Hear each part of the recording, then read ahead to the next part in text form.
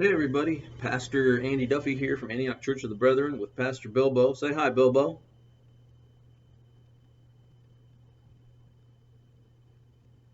There you go. So we're bringing you a daily devotion today. Bilbo may or may not say anything. Sometimes he just prefers to meditate on the presence and goodness of God all around us.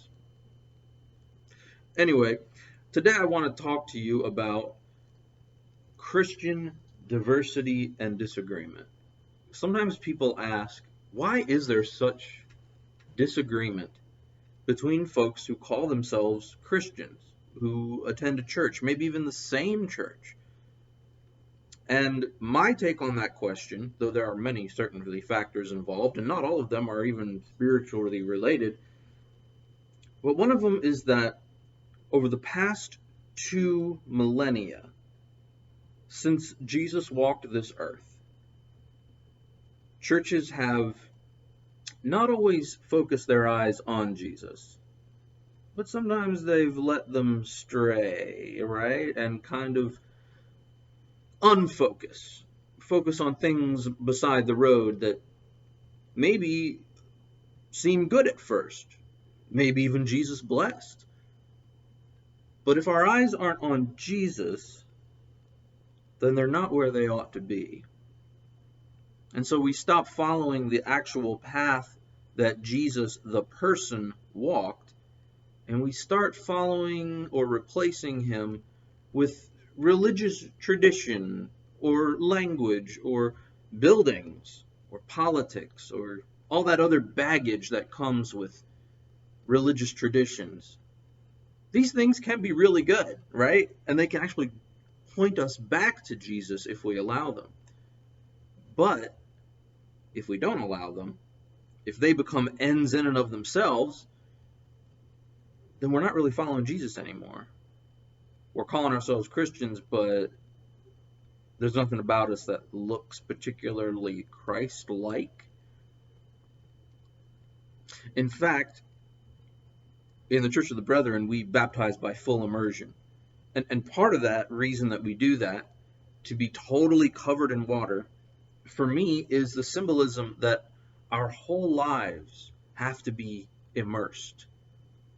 We are dedicating ourselves and every aspect of our lives to following Jesus. Not just the Sunday morning self, not just the outward appearance self, not just the praying once a day self, but every part of our lives should be immersed in the life of Jesus.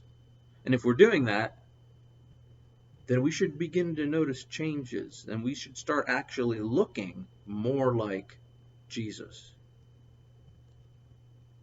Maybe that means we have to go back to the Gospels, back to the stories in the Bible that tell about Jesus' life and what he did and what he said and who he hung out with and who didn't want to hang out with him.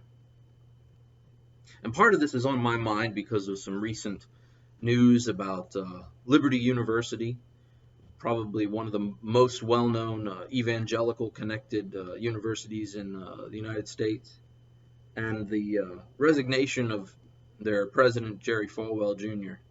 And I don't need to get into all of that, but he was one of those figures that proved to be very divisive in Christianity, because some folks said he was doing everything right and other folks said he was doing nothing right. And now we see that there's more to the story. Of course, there's always more to the story. Sometimes the way we present ourselves on the outside doesn't necessarily mean that we're changing on the inside. But that's what the immersion of baptism means.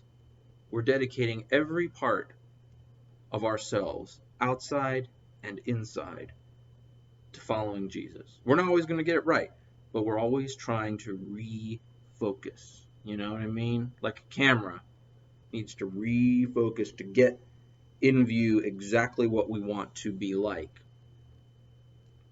I have faith that God will continue to grow in the churches and in each of us, bringing us back to unity in time, if we're open and willing to change, let go of some things, and trust that Jesus is all we need. So that's your devotion for today, and we'll see y'all later. Say bye, Bilbo.